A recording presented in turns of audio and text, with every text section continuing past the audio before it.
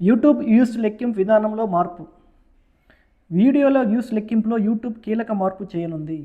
August 24 నుంచి అన్ని video ఫార్మాట్లకు ఒకే విధమైన వ్యూ కౌంటింగ్ విధానాన్ని అమలు చేయనున్నట్లు ప్రకటించింది. ఇందులో లాంగ్ ఫార్మాట్ వీడియోలతో పాటు యూట్యూబ్ షార్ట్స్ కూడా ఉంటాయి. కొత్త విధానం ప్రకారం వీడియో ప్లే అయిన వెంటనే, అంటే వెరీ ఫస్ట్ ఫ్రేమ్ కనిపించిన క్షణం నుంచే ఒక వ్యూగా లెక్కించనుంది. వ్యూ నమోదు కావడానికి ఇకపై కనీస వాచ్ టైం అవసరం ఉండదు. ఈ మార్పుతో వ్యూస్ వేగంగా పెరుగుతాయని యూట్యూబ్ తెలిపింది.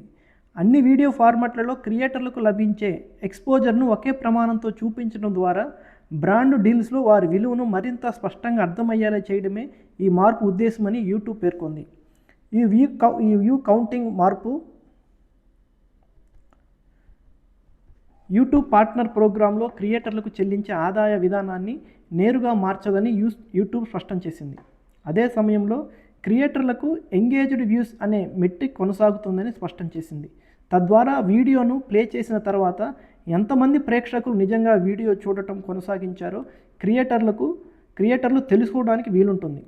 మరోవైపు యూట్యూబ్ కొత్త నిర్ణయంపై క్రియేటర్ల నుంచి భిన్నాభిప్రాయాలు వ్యక్తమవుతున్నాయి.